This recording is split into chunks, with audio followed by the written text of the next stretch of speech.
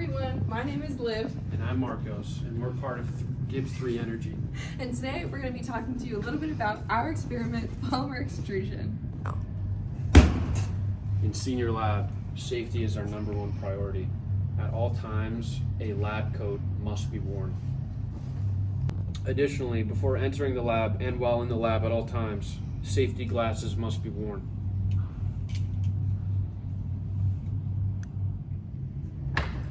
Hi everyone, I'm Habeeba, the third member of Gibbs 3. Come on. Once we make sure that we have our PPE on, we want to be aware of the safety measures in the lab. So we have our fire extinguisher right here, The landline in case we have to communicate with outside of the lab. our first aid kit, and our safety shower. We also have our eye wash, and our emergency exit. For our experiment, we'll be doing polymer extrusion. So we'll be taking resin beads, specifically the ABS resin, and we'll be extruding them into uniform polymer.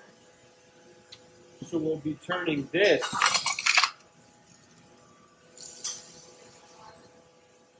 into this. Before the resins can be run through the extruder, they must be completely dry.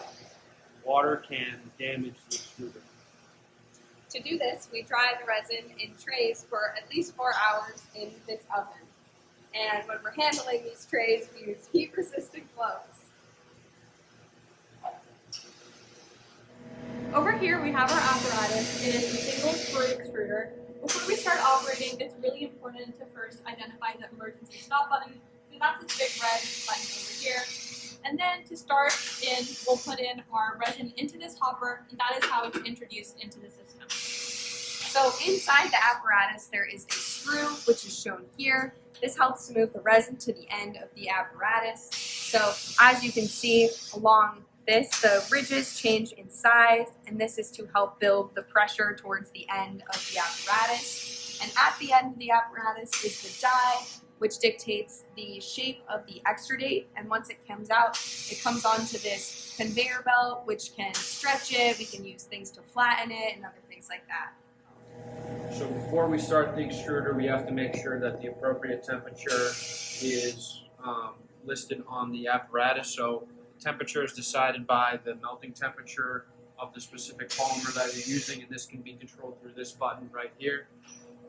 Pressure differential within the apparatus is measured right here, and this measures the tip temperature, and you can also see the torque here. So to start the machine, you want to first add some beads into the hopper. And after we do that, we can press start, and we can control the RPM, or the rotations per minute, using this dial of the screw in the extruder. So if you just give it a second here, you can kind of see the polymer kind of starting to come out. Typically it takes 30 seconds to a minute. This is a shot of the extrudate leaving the round die, and as you can see, changing the belt speed also can change how the extrudate stretches. In the next clips, the ribbon die will be shown.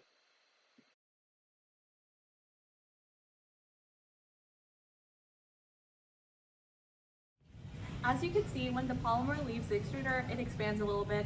This is because of a phenomenon called extrudate swell, and it happens because the die forces the polymer to compress a little bit when it's pushing it out, and once it leaves, it wants to revert back to its initial state.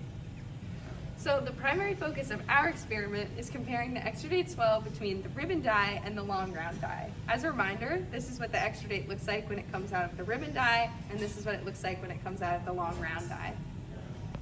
Thanks for spending the day with us. Gibbs 3 Energy, signing off.